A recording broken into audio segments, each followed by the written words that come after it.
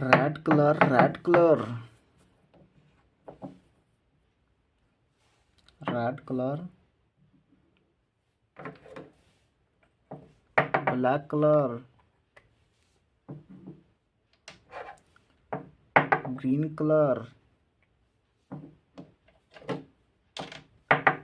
Brown colour, blue colour,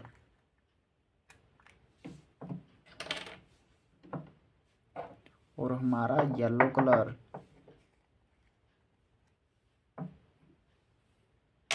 hello बच्चों, आज हम अल्फ़ाबेट सीखेंगे। से पहले red colour A for apple, A for apple, apple मैंने सेब।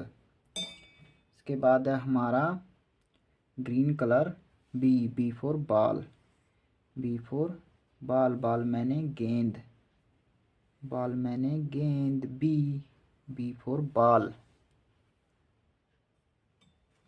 फिर हमारा black colour C for cat, C for cat, cat मैंने बिल्ली, कैट मैंने बिल्ली, सी।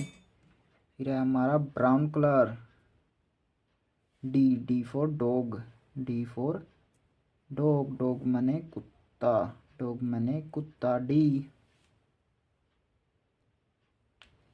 फिर हमारा blue colour E for elephant, E for elephant, E for elephant.